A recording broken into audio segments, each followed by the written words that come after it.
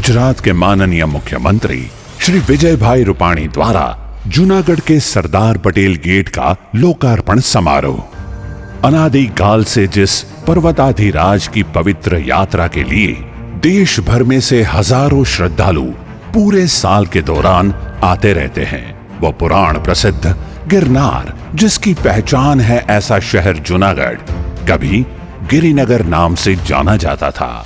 यह बात पश्चिमी महाक्षत्रप राजा रुद्रदामन के सन 150 ईस्वी के शिलालेख में अंकित है। जूनागढ़ को इतिहास के पन्नों में अमर कर देने वाले भक्त कवि नरसिंह मेहता की याद में इसे नरसैया की नगरी भी कहा जाता है। तो चुड़ासमा वंश के प्रतापी राजा राखेंगार के नाम पर से जूनागढ़ को कभी खेंगारगढ़ भी कहा जाता था। यहाँ करीबन 200 साल तक रहे नवाबी शासन का भी गहरा प्रभाव पूरे शहर में दिखाई पड़ता है। आज से 2340 साल पहले मौर्य वंश द्वारा निर्मित किए गए ऊपरकोट किले की रचना, जहां भिन्न भिन्न समय के शासकों की सूझबूझ का परिचय देती है, वहीं जूनागढ़ संग्रहालय में प्रदर्शित सैकड़ों अद्भुत कलाकृतियां नवाबों की बेहतरीन जीवन शैली को दर्शाती है तथा गुजरात सौराष्ट्र की समृद्ध संस्कृति का प्रमाण देती है।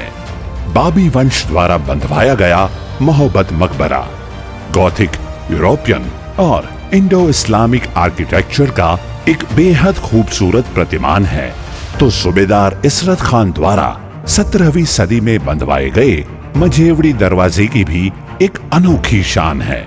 इनके अतिरिक्त बहाउद्दीन कॉलेज, दीवान चौक, सक्करबाग, दामोदर कुंड, भवनाथ तलहटी, दातार, गिरनार रोपवे, बौद्ध गुफाएं और अशोक शिलालेख जैसी अनगिनत आध्यात्मिक, सांस्कृतिक और ऐतिहासिक विशेषताओं से भरी ये इमारतें और विरासतें जूनागढ़ शहर के भव्य अतीत की कथाएं सुनाती हैं। यही वजह है कि ये शहर हमेशा पर्यटकों के लिए अदम्य आकर्षण जगाता रहा है। जूनागढ़ की ऐसी ही एक और महत्व की धरोहर है Sardar Patel gate. Junagadh railway station के बिल्कुल सामने स्थित डेमोग्राफिकली इंपॉर्टेंट ऐसा ये दरवाजा वर्ष 1883 में नवाब बहादुर खान तीसरे के शासन दौरान बंधवाया गया था और उस समय के मुंबई के गवर्नर लॉर्ड रे की स्मृति में इस इमारत को लॉर्ड रे गेट क्लॉक टावर नाम दिया गया था। पर आजादी के बाद इस गेट का नाम बदलकर सरदार पटेल गेट कर दिया गया। क्लॉक टावर के मध्य में लगाई गई घड़ी विदेश से मंगवाई गई थी। घड़ी के दोनों ओर निचली और पहली मंजिल पर व्यावसायिक जगह बनाई गई है। आकर्षक अर्धचंद्र आकार में बने हुए इस स्थापत्य में एक भव्य मुख्य दरवाजा है, जिसके दोनों ओर एक एक ऐसे 2 मध्यम दरवाजे हैं जो कि सीढ़ियों तक जाते हैं। मुख्य दरवाजा 25 फीट ऊंचा है और आज शहर और स्टेशन को जोड़ता व्यापक रूप से उपयोग में लिया जाने वाला सार्वजनिक मार्ग है। सरदार पटेल गेट की रचना में नियोगोथिक और इस्लामिक शैली के स्थापत्य का प्रभाव दिखता है।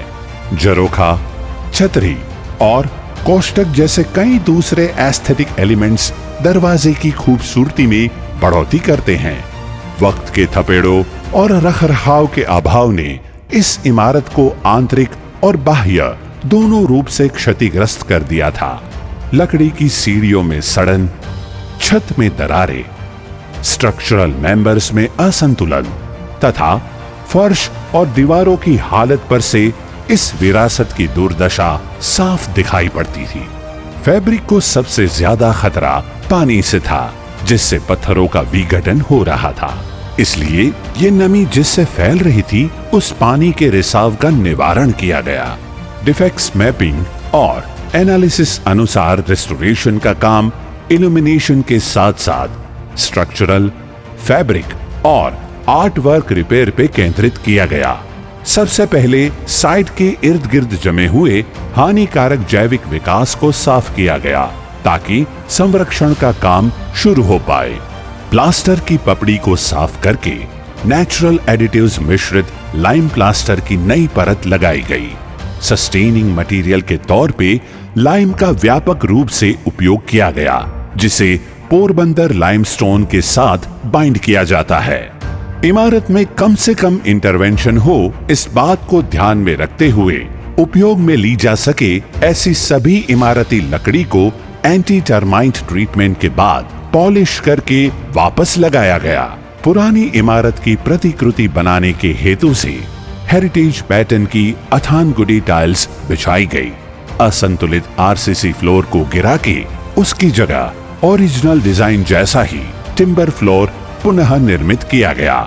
अंदर के सभी कमरों की मरम्मत कर पहले जैसा बना के क्लॉक टावर की दोनों तरफ आए हुए कॉमन बरामदों के साथ एक सीध में कर दिया गया, जो बरामदे अब दोनों तरफ सीढ़ियों के साथ जुड़े हुए हैं। सरदार पटेल गेट के मुख्य दरवाजे में बहुत पार्ट्स खराब हो चुके थे और कई कीलें मिसिंग थी, जिन्हें ध्यानपूर्वक पुनः निर्मित कर पूरे दरवाजे पर डार्क ब्राउन मेलामाइन पॉलिश लगा के दरवाजे की मूल शान और भव्यता को वापस लाया गया। छत पे चाइना मोज़ेक टाइलिंग लगा के वाटर प्रूफिंग किया गया और दरवाजे के मोहरे को भी प्लास्टर करने के बाद वाटर रिपेलेंट ट्रीटमेंट दी गई, ताकि भविष्य में पानी की रिसन को रोका जा सके। आगे के पूरे हिस्से को अच्छी मरम्मत के बाद रोशनी से सुसज्जित किया गया है, जिससे सरदार पटेल गेट की शोभा निखर कर आती है। गेट का जो सबसे अनोखा और विशिष्ट लक्षण है, वो टावर क्लॉक बेहद ध्वस्त हालत में थी, पर भारी कोशिश के बाद उसे फिर से ठीक पहले जैसा बना दिया गया है। क्लॉक तक जाने की बेहद सुंदर घुमावदार सीढ़ियां भी बुरी तरीके से डैमेज हो चुकी थी, जिन्हें भी पर्याप्त रूप से रिस्टोर किया गया और स्ट्रक्चरली ज्यादा प्रगाढ़ बनाया गया। जीर्णोद्धार का काम बहुत ही चुनौतीपूर्ण था, जिस बात को जूनागढ़ महानगर पालिका ने ध्यान में लिया और सरदार पटेल गेट को उसका भूतपूर्व गौरव वापस दिलाने के नेक इरादे के साथ इस स्थापत्य का पुनः निर्माण शुरू किया गया। सरदार पटेल गेट के जीर्णोद्धार कार्य की जिम्मेदारी सवानी हेरिटेज कंजर्वेशन प्राइवेट लिमिटेड को सौंपी गई, जो कि विरासत जीर्णोद्धार कार्य में अपनी कुशाग्रता के लिए विख्यात है और जिन्हें पूरे देश में 200 से ज्यादा विरासतों के पुनरुत्थान कार्य का विशाल अनुभव है। सवानी ग्रुप ने कड़ी मेहनत एवं निष्ठा के साथ जूनागढ़ की इस गौरवशाली विरासत की गरिमा वापस लौटाई है। आज फिर से प्रभावशाली और मजबूत बन चुकी इस इमारत में प्रवेश करने वाले हर मुसाफिर को शहर के स्वर्णिम इतिहास और समृद्ध सांस्कृतिक विरासत की झलक दिखाई पड़ती है। ऐसे सरदार पटेल गेट का आज दिनांक 15 अगस्त 2021 के दिन गुजरात के माननीय मुख्यमंत्री श्री विजय भाई रूपाणी द्वारा लोकार्पण किया गया, जो कि पूरे शहर के लिए बड़े ही गौरव की बात है। गिरनार पर विराजित आद्य शक्ति मां अंबिका एवं गुरु दत्तात्रेय की पूर्णकारी छांव में बसा हुआ ये मोहक नगर जूनागढ़ अपनी बीती हुई सदियों की निशानी स्वरूप सरदार पटेल गेट जैसी अनगिनत विरासतों द्वारा आने वाली कई सदियों तक देश विदेश के पर्यटकों को यूं ही रोमांचित व प्रेरित करता रहे। ऐसी शुभ भावना के साथ जय हिंद, जय भारत, धन्यवाद।